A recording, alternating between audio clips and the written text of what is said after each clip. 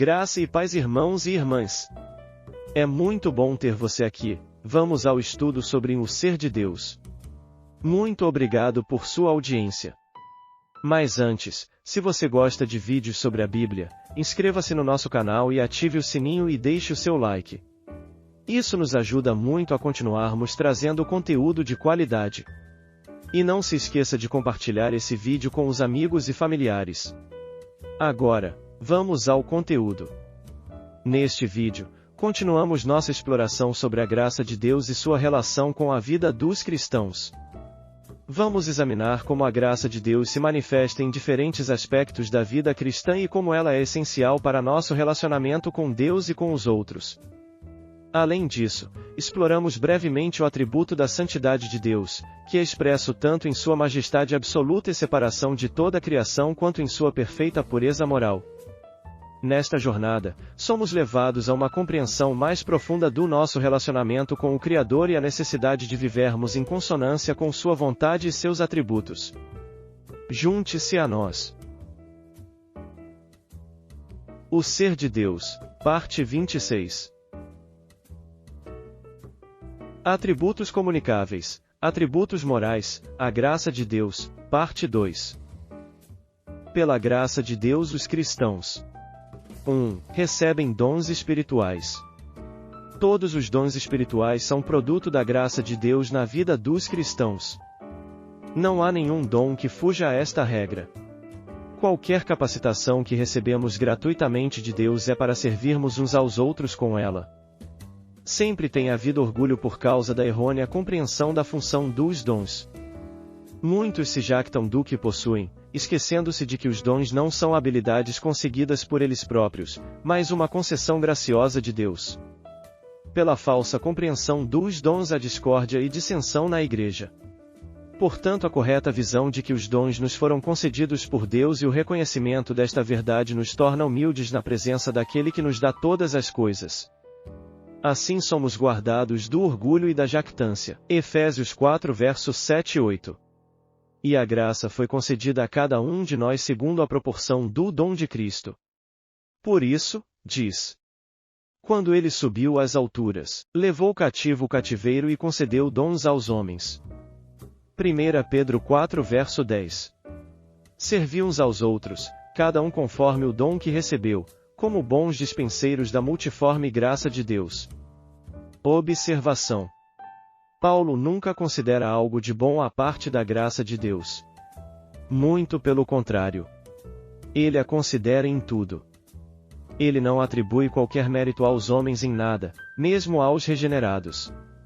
Todos somos recipientes da graça, quer como beneficiários diretos dela ou como canais para que outros sejam abençoados.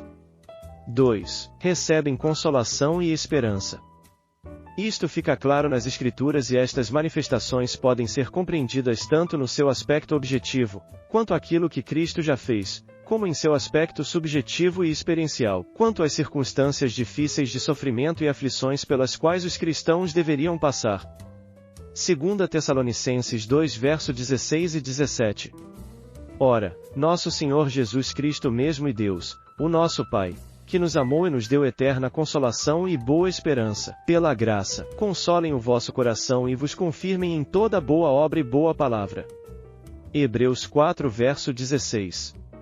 Acheguemo-nos, portanto, confiadamente, junto ao trono da graça, a fim de recebermos misericórdia e acharmos graça para socorro em ocasião oportuna. 3. Recebem libertação do perigo. Isto fica evidente, em especial, na passagem de Atos 27 verso 23 e 24 no episódio do naufrágio no mar a que Paulo esteve submetido. Porque, esta mesma noite, um anjo de Deus, de quem eu sou e a quem sirvo, esteve comigo, dizendo: Paulo, não temas. É preciso que compareças perante César, e eis que Deus, por sua graça, te deu todos quantos navegam contigo. Mas não somente neste caso, assim como em diversas outras passagens bíblicas esta verdade é plenamente reafirmada. 4. Recebem graça para contribuírem para o auxílio dos outros. Receber bens de Deus é chamado de graça, mas também é chamado de graça o privilégio de dar, 2 Coríntios 8, versos 1, 3, 4, 6, 7. Também, irmãos, vos fazemos conhecer a graça de Deus concedida às igrejas da Macedônia. 3. Porque eles, testemunho eu, na medida de suas posses e mesmo acima delas, se mostraram voluntários. 4. Pedindo-nos, com muitos rogos, a graça de participarem da assistência aos santos. 6. O que nos levou a recomendar a Tito que, como começou, assim também complete esta graça entre vós. 7. Como, porém, em tudo, manifestais superabundância, tanto na fé e na palavra como no saber, e em todo cuidado, e em nosso amor para convosco, assim também abundeis nesta graça. Atos 20 verso 35. Tenho-vos mostrado em tudo que, trabalhando assim, é mister socorrer os necessitados e recordar as palavras do próprio Senhor Jesus. Mais bem-aventurado é dar que receber. 5. Recebem graça para viverem no mundo com sabedoria. Há muitas pessoas inteligentes, mas poucas que mostram a sabedoria da qual Paulo fala. Ele distingue a sabedoria divina da sabedoria humana. A divina é produto da graça de Deus, 2 Coríntios 1 verso 12. Porque a nossa glória é esta: o testemunho da nossa consciência, de que, com santidade e sinceridade de Deus, não com sabedoria humana, mas, na graça divina, temos vivido no mundo e mais especialmente para convosco. Deus concede sabedoria aos seus filhos, bastando que eles a peçam, Tiago 1 verso 5. Se, porém, algum de vós necessita de sabedoria, peça a Deus, que a todos dá liberalmente, nada lhes impropera, e ser-lhe-á concedida. Inteligência sem sabedoria pode levar os seres humanos à loucura. 6. Pela graça de Deus os casais podem viver de forma harmônica. Somente esta nova vida em nós é que nos capacita a viver uma vida harmônica no casamento. Portanto, a graça de Deus tem a ver com o modo como vivemos a nossa vida comum do lar, e como tratamos nosso cônjuge. Por esta razão é que a palavra aconselha que aqueles que querem se casar que se casem no Senhor, sendo ambos já genuinamente herdeiros da mesma graça de vida. Observações importantes. É inescapável ao ser humano receber qualquer benefício da parte de Deus que não seja expressão da sua graça. Quanto mais correto for nosso conceito da graça, mais noção de nossa pecaminosidade teremos. Nunca atribua nada do que você possui àquilo que você faz, nem dê guarida no seu coração ao conceito de autojustiça. A graça opera com nossa responsabilidade. Santificação exige responsividade, a graça é quem nos liberta. Libertinagem é expressão de escravidão. Atributos morais, a santidade de Deus. Este é o grande atributo moral de Deus. A palavra hebraica para santo é kadosh, que significa cortar, separar. Poderíamos dizer que a expressão santo refere-se àquilo que é separado, retirado do uso comum.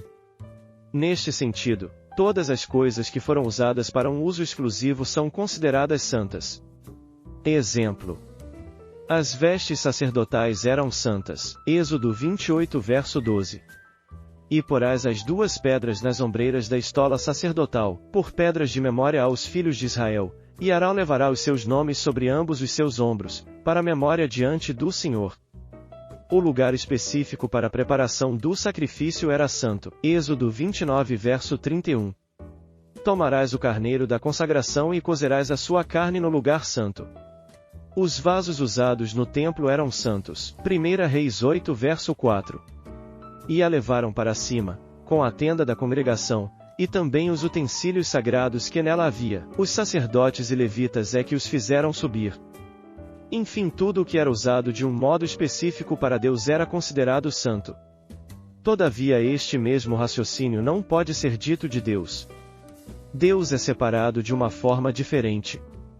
Ele é separado de toda forma possível de existência criada, porque está além e sobre cada uma delas, e também por causa de sua natureza majestosa. Ele é separado dos anjos, dos homens, especialmente dos pecadores. Neste último caso é uma separação moral. Portanto, santidade não tem simplesmente a conotação de qualidade moral ou ética. A natureza da santidade. A santidade majestosa de Deus.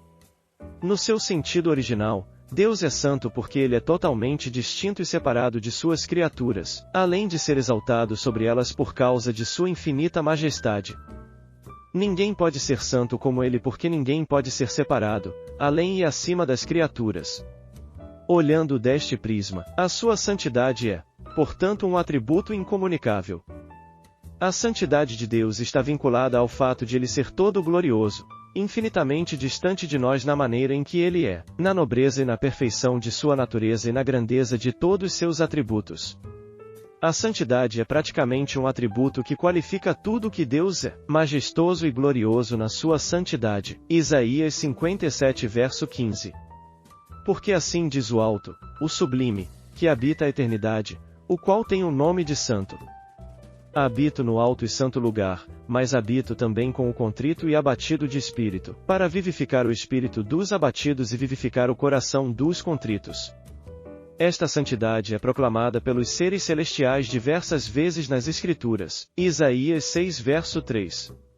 E clamavam uns para os outros, dizendo: Santo, Santo, Santo é o Senhor dos exércitos, toda a terra está cheia da sua glória.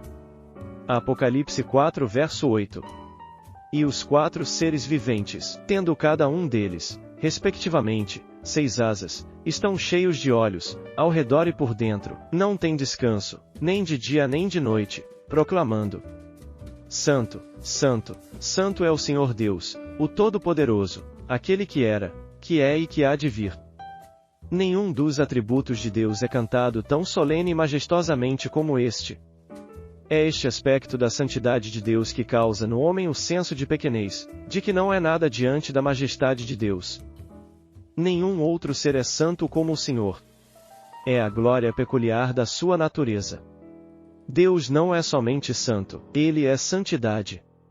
A santidade moral de Deus. Num sentido derivado, podemos dizer que existe uma santidade moral em Deus, que o faz estabelecer leis santas para suas criaturas.